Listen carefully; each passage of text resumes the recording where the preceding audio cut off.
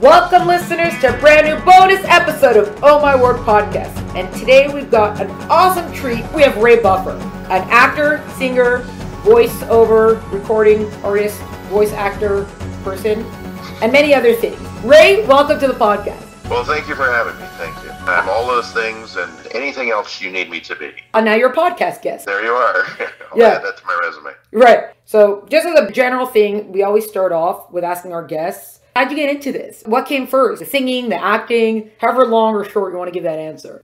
I'd have to say that I guess the acting came first because my early memory of acting is being like a town crier at kind of a school play at Victory Baptist Kindergarten when I was growing up. That memory, it's like an impression. I don't have a lot of early memories, but I do have a memory of ringing the bell and saying, hear ye, and having an audience clap for me. And I think from there, I got interested actually in telling stories, which kind of ties into your program. I was always engaged in creative writing through elementary and junior high. And then I think that actually led to my interest in music and drama. I started playing violin in elementary school through a feeder program.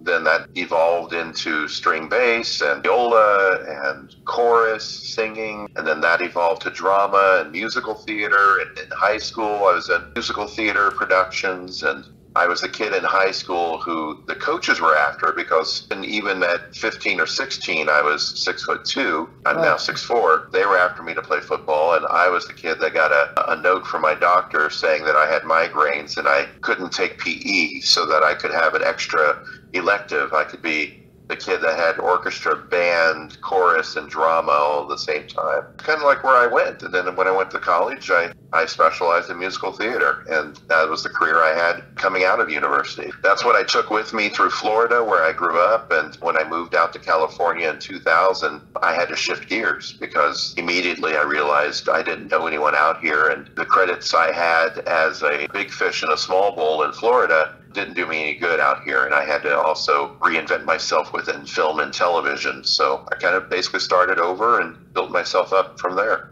Oh, wow. Okay, follow-ups. You kind of threw out there that you're kind of always into creative writing. Once that, I guess, prompted you to get into stage, you didn't go back to the writing to think of, oh, this is going to be the career option. I'd rather be on stage and acting or singing. I think what it was the creative side of it. Even in math, I created creative math. Like I had an algebra teacher who didn't understand how I was multiplying certain numbers together. And it was because I was kind of thinking out of the box. I was being creative and lining my numbers up differently and rounding them and then subtracting them and getting to the solution quicker than maybe the student sitting next to me. And I think it was just the creative side. Writing was the natural conduit at first. And then when I realized, oh, I can also be creative as a musician or I can be creative as an actor, I gravitated more towards that once I discovered it. Being creative as an actor, someone who doesn't know how to act sees someone who knows how to act. And it's, wow, how they do what they do. But at the same time, you do have a script that you got to follow. So what are the parameters of that? How much space do you really have? Or where does the creativity really come in? So that's a complicated question because nowadays in Hollywood, there's a tendency to go more towards improvised environments. Reality television and with shows like Curb Your Enthusiasm, they have just a broad kind of roadmap of where they're going with the story, but all the individual dialogue isn't necessarily scripted. Sometimes it's up to the actors to kind of bounce off of each other, and then the editor is really the one writing the show. And once it's all said and done, he just takes his footage and says, okay, this is where we want the story to go and this is how we're lining it up. So nowadays it's different than maybe back then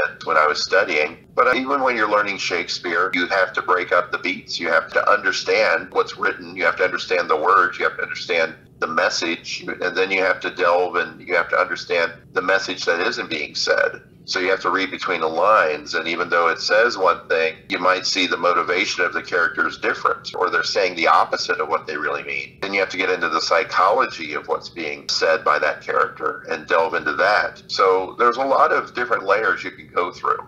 Right.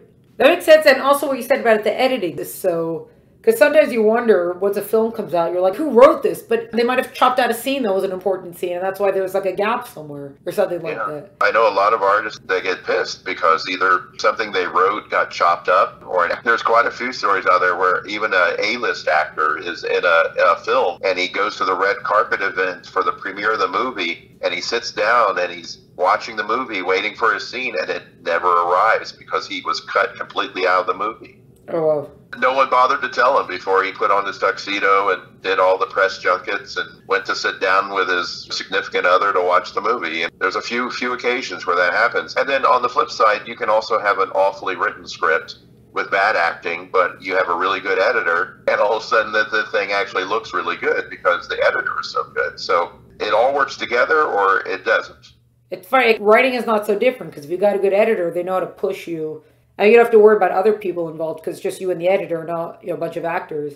A good enough editor is really going to help frame the story sometimes. It's an interesting thing to think about. Shifting over a little bit, the voiceover acting, is that part of when you came out here, part of the reinvention? Is that when you started it, or you started that before? I do anything and everything at any time. I did some video game work back in the early 2000s, late 90s, actually, when I was living in Orlando. Then I didn't do any for a while. After about 2005 or 6, I kind of went back to the grind of salary job and paying bills. And then I had to get creative again, and I flipped back over and started producing and directing some theater for a while. And then decided that was drying up and I needed to pay bills again, and went back and did the salary kind of grind again. But since about 2018, I'd say, I've been kind of going full force with the whole actor, singer, voiceover artist kind of thing. And since that time, I've had a handful of voiceover jobs, but not a lot. I had one just this morning, actually, but they've been few and far between. And it's like I'm not quite getting it, because everything I work on, the first thing someone says to me is, "Oh, wow, you have such a resonant voice. I could hear you doing voiceovers." Well, I wish the people that paid would hear me doing voiceovers.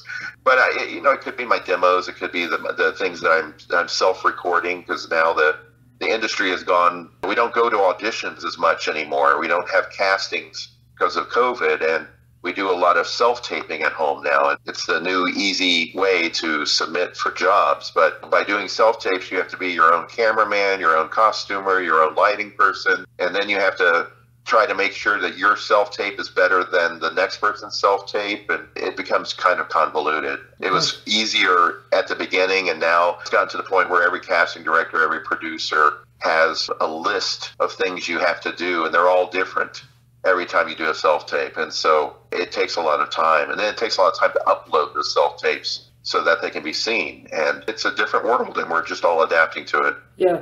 When you mentioned that you did voiceovers for video games, how does that work? Are you just given the script and lines of dialogue, or do you actually get to see what it looks like? Typically, the voice stuff is done first, because then the visual artists do the animation. They have to sync the lips of the character to what you've recorded in audio. So typically that's the way it's done. I guess it could be done the other way, but it's harder to sync sound to a visual. It's easier to just draw the character as needed. So that's been my experience. It would be just like singing a song for a record to a recording studio, and you're in a soundproof booth and you read the script and you take direction and you do a few takes. And the project I did this morning, he's a singing bear. So he's a bear that has dialogue, but then he also sings. So there were a few lines I had to sing with the backing track. That's fun. So you don't even know when you're doing the video, or even anything that you're doing, they're doing the audio first. How much of it do you know what it's actually going to look like? They don't show you, this is the bear that you're going to be. They don't show you that. They just tell you you're a singing bear. Yeah, typically they don't, I don't think, because sometimes they haven't even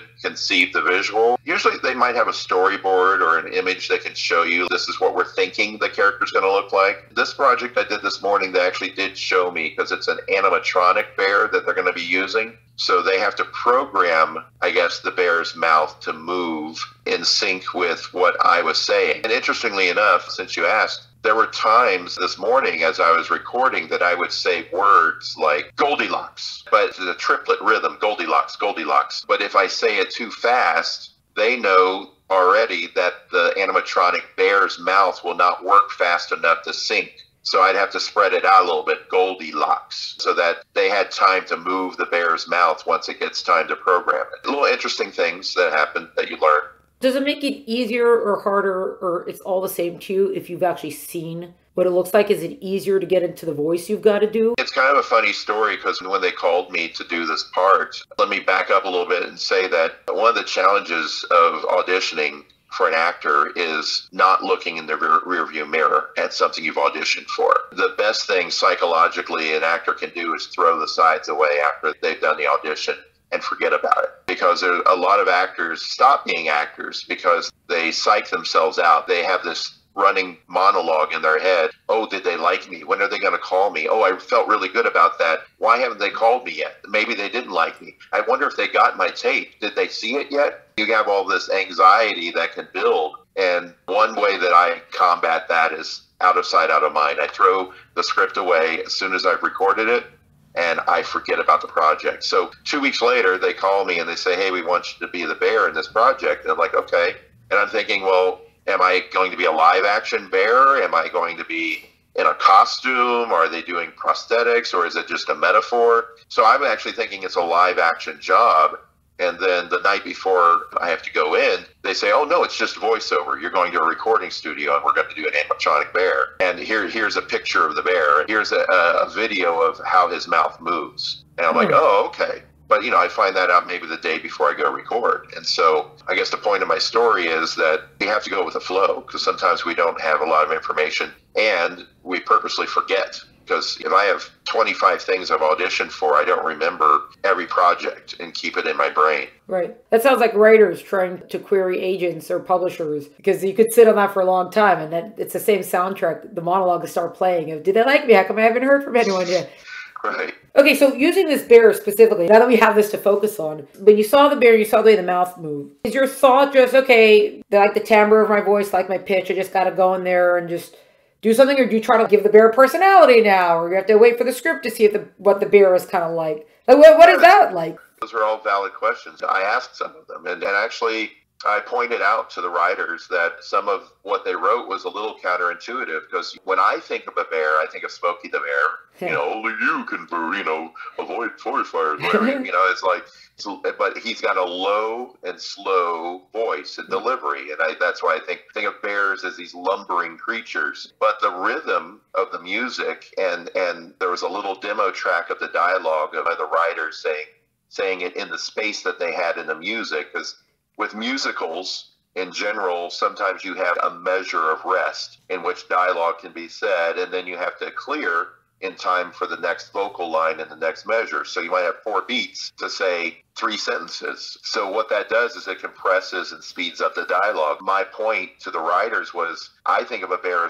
as low and slow, but the pitches you've written for this character are more like tenor pitches. They're a higher male voice.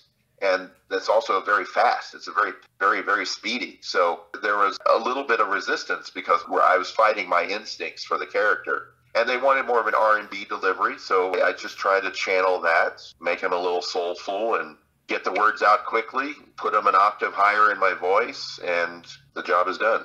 Is this a magic that actors have, or is there actually a method of putting yourself in the rhythm and blues? Okay, I gotta be rhythm and blues, so I'm gonna imagine myself in an R&B bar, certain tracks that I like. Everyone might have their own process for it, but I think the comparison they used for this project was Audrey, the plant from Little Shop of Horrors. If you recall, feed me, Seymour, you know, it's that kind of voice. That was essentially what I tried to channel, but also put some bear growl into the voice. So if I were to say that same line as a bear, it might be, feed me, Seymour, you know, so there's a little more growl going into it, making him more bear-like. That's essentially what all it was combining various ideas. Here's the thing that interests me the most about the voiceover parts is that there's a lot of acting involved and everything like that, but a lot of it is also what writers would call tone.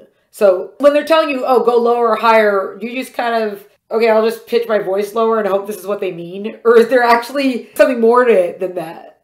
I think it depends on the actor, too. It depends on what tool they have to use. I'm a bass baritone, so it's easier for me to do things that are lower. If I do things that are higher, then I need to be louder, probably. And so there's concessions that have to be made. If they want me to sing a tenor note at the top of my range, that's probably going to be full volume, or it's going to be a falsetto sound. It's going to be using the feminine side of my voice. But yeah, I mean, the thing I haven't delved too much into are the character voicing. The little kid voice. I haven't booked any of those things, probably because I'm not very good at it. But it is something that would be good for me to tackle. Part of your training for this, do you just sit and listen to people? You just try to accumulate sound? Or how are you tapping into these things? You got to start looking it up according to what the job is? Yes, I spent 3 months in a cave with a real bear. And, well, you can develop like a repertoire of voices by just inventing them, or imitating people you know, I guess, is probably a better way of asking the question. Yeah, I guess so. I think there are just some things that come normally to me, like a Southern accent's easiest because I grew up in Florida. So I just stop suppressing my diction a little bit and it just comes out. Other things take a little more time when you get into accents and different voices. I've never been one of those people that on a dime can turn around and do a perfect Irish accent. It takes time. I'll have to spend some time listening to dialect tape or someone explaining the vowels of that particular region and then rehearse it a little bit in my voice until I start to like do it like naturally, live in it for a little bit and then it's there. But yeah, it's very hard for me just to turn it on. Would you say that acting is a strong combination of creativity and imitation? Creativity and imitation? Yeah.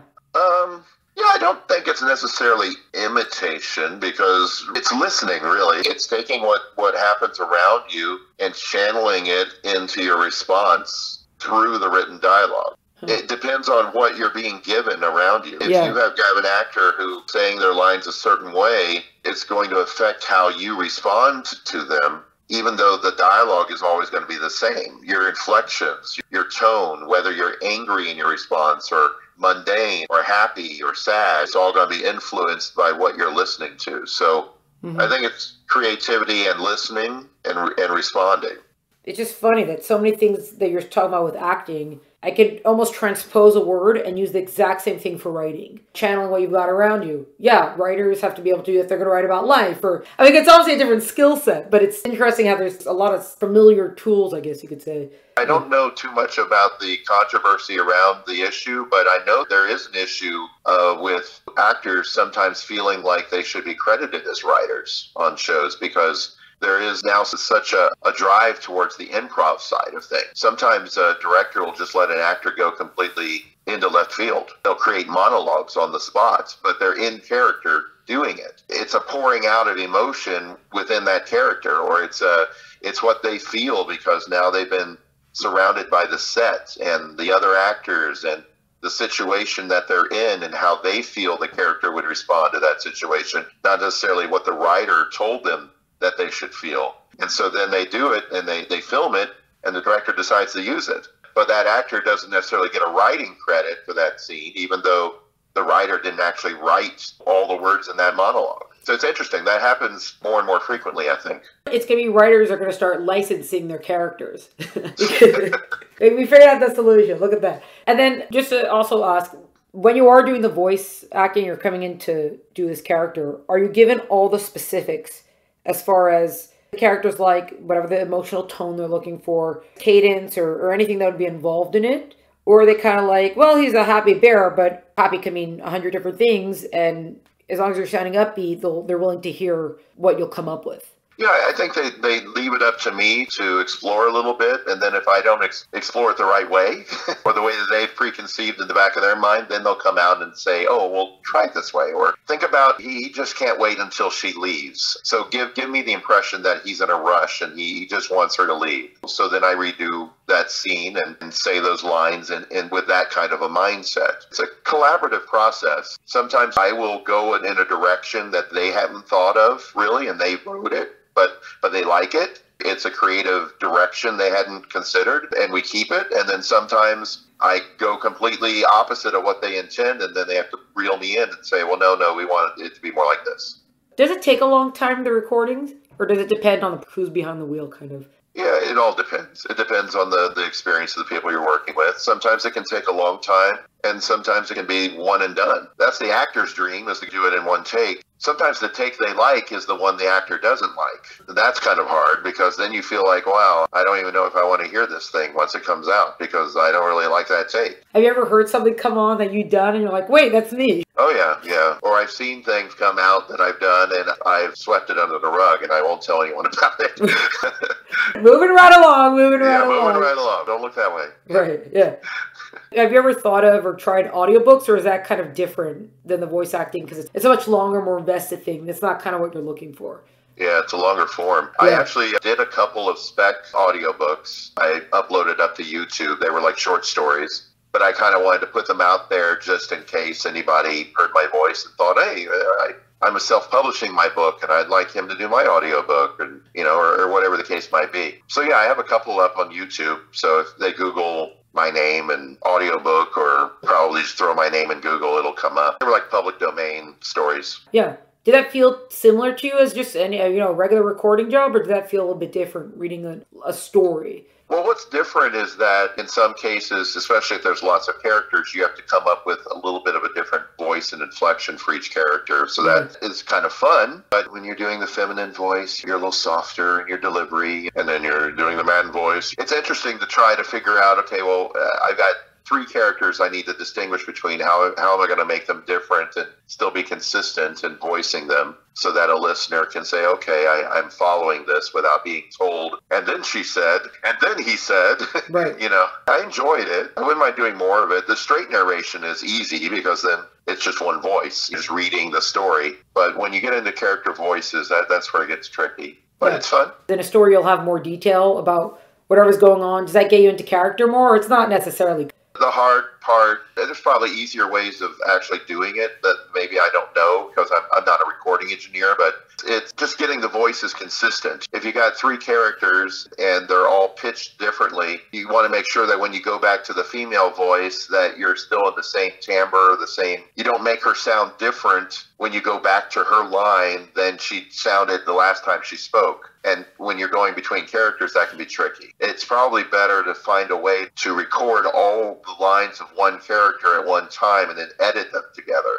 That would be annoying. That would be annoying. That would be tricky because that's a lot of editing, right? Right.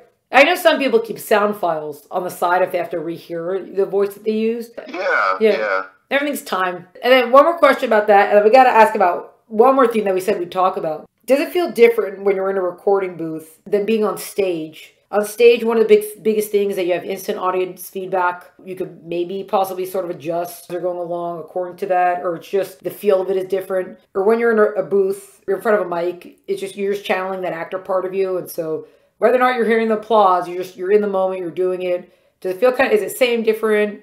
You ever watch behind the scene videos of people in sound booths? Yeah. They're not necessarily pleasant to watch because when you're focused on the audio sound, you don't really care what you physically look like. So the mouth stretches out. You're over-exaggerating. You're over-enunciating. You're spitting. There are things happening because you're trying to maximize everything with your mouth because that's what it's all about in a recording booth. It's a whole different approach. Or when you're on stage, you care about what people see. It's a visual thing. You have to enunciate and be understood by them, but it has to be physically appealing, or it has to be something that you don't mind them seeing. You kind of take your guard down when you're in an audio booth, and you just try to forget that there's a recording engineer seeing you look completely stupid while you're spitting and over-enunciating. Right. You also don't have the body language to give certain kind of, visual clues or subtleties or whatever else. People move around. They act in the audio booth. I have to growl as a bear. I might put my hands up in the air and try to emulate that bear. Even though no one's going to see me do it, it still has an effect on the audio output. It puts you more into the character so that it sounds more appropriate. I can visualize it almost. You're just growling at the mic or something. Yeah. Another hat, and then we said that we mentioned this, was that you collect original comic books, old comic books. How do we describe that? Well, yeah, they're vintage. A lot of collectors now, a lot of comic book collectors, they're collecting books from the 70s because that's the age of the collectors today. They're collecting books from that time because that's maybe when they grew up. So most of the collectors are in their 40s or whatever, and they buy books that are nostalgic to them. But I collect books from World War II era. I'm more what would be called a golden age collector. So I like the books that are politically incorrect nowadays, but it kind of showed propaganda, and they showed that's back when we called Asians Japs, and we had Nazis and Hitler on the cover, and Superman or Captain Marvel or someone coming down and smashing a German tank or something. It's emblematic of the era. It's a representation of the times. I like it because it also shows how far we've come, that we now consider those things maybe in bad taste, even though it was a time of war. Those were our enemies. It's interesting. And also because of the time that, there's a paper drive back in World War II, so comic books were being recycled and burned or what have you. So that makes them rarer, more scarce. So I just think it's interesting to collect those and preserve them, and they're valuable. So it's also kind of an investment kind of idea. Yeah. You don't think they get away with having Captain America punch Hitler in the face these days on the cover? They would. I mean, they probably have revisited the idea and showed it. It doesn't have the same cultural significance now as it did back then because it was the time. Who knows? Maybe it'll be Putin and someone punching Putin in the face. These are weird times that we're in. It'll be interesting to see what the next few years hold.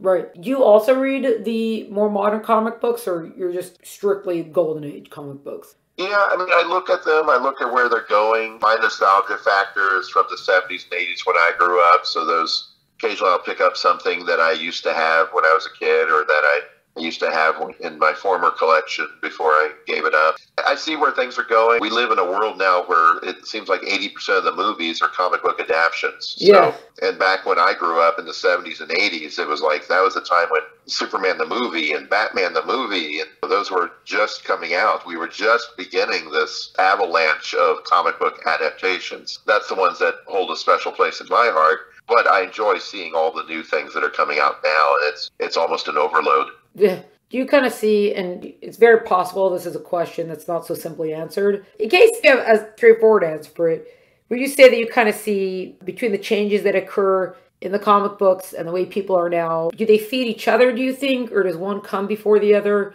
You start seeing certain shifts and then the comic books have to catch up to those shifts? Yeah, I think what I see is writers in the comic book realm are writing with an eye towards that Netflix series. So I think they're writing the comic book saying, oh, I hope they pick it up. I hope that this is my demo for Hulu or HBO to read this comic series and then buy the rights from me and make me rich. I see that as being an avenue now for those writers. And then on the flip side, I think there's fewer comic book readers. We live in such a short attention span environment that the new comic books are actually on the big screen. People are watching their comic books. They're not reading them anymore. I might be totally off base. I mean, even now when you buy a comic book, that sometimes the comic book companies don't even make that many of them. So they have to go to a second or third printing when it's really popular. It used to be you didn't have to do that. It used to be the comic books were so popular that they could print 200,000 or 300,000 of one issue, and they knew they were going to sell most of them. But now it's like the companies are hedging their bets and printing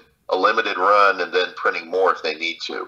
Oh, that's interesting. Yeah. It's sort of like what you just said, but I had a teacher who said that our modern art is film. Film is our modern art. And I've heard from someone, I think they actually read an article, so I don't know where it originally comes from, that our quote-unquote, like our classical music, quote-unquote the classical music of today, are the scores for films. Would you say there's truth to that? Yeah, I would certainly say that. People like Philip Glass, who write some abstract music, and sometimes it's used in artsy films. He writes opera as well. I would say that, yeah, I think the scores of some of these big blockbuster films, I don't think you necessarily hear them on NPR or public radio during the classical hour, but I think people buy them and listen to them thinking that that is the classical music of today. I used to love to listen to John Williams' score for Superman the movie, and I would listen, I think it was Alan Silvestri's score for Back to the Future. The thing about listening to those scores is they make you relive the feeling of watching that movie for the first time, because there's some kind of psychosomatic connection in your memory, and so it brings that dopamine back. Maybe that's the attraction to movie scores, listening to them. That's like sometimes something's really popular. I think they did it with Game of Thrones, right? They did a whole orchestra thing for it. There's like a big musical performance of all the tracks of it. Yeah. Yeah. I know comic books a little bit, but it seems like everything's gotten much more, well, darker or emotionally dense. Original Batmans were just, well, obviously the Batman detectives, but we're just going to fight and we're just going to do stuff. And now everything has to be much more introspective. There has to be much more digging, I guess, into the character. Yeah, I think they're a lot more psychological. They used to be a little more surfacey back in the day. In the 70s and 80s, there used to be a lot of editor notes, too. It's funny because you would read a comic, there'd be at least 4 or 5 instances every comic where an editor would make a note saying, oh, yes, and this harkens back to Batman number 416 when he encountered the fruit bat for the first time or whatever. There was like always these footnotes. But now I think the writers are basically just, again, they're writing it with the idea that it's cinematic. It has its own existence. It's confined within its own beginning, middle, and end. It's like when the writers come on to the comics, it's almost like they're being given free license to reinvent the character. What that's causing are all these variations in characters now. I mean, Marvel and DC, they both have these multiverses with alternate realities, parallel universes where there's a Batman who's a vampire on one planet. There's a Batman who was actually Thomas Wayne instead of Bruce Wayne. They have all these variations coexisting in a multiverse now. So it almost gives the writers more leeway to write anything and everything they feel like writing. Whereas back in the day, there were a lot of limitations. Well, because also how many times is Batman going to fight the Joker in the same exact setting? Right. And then it's like, well, everyone loves the Joker. You have to bring the Joker in.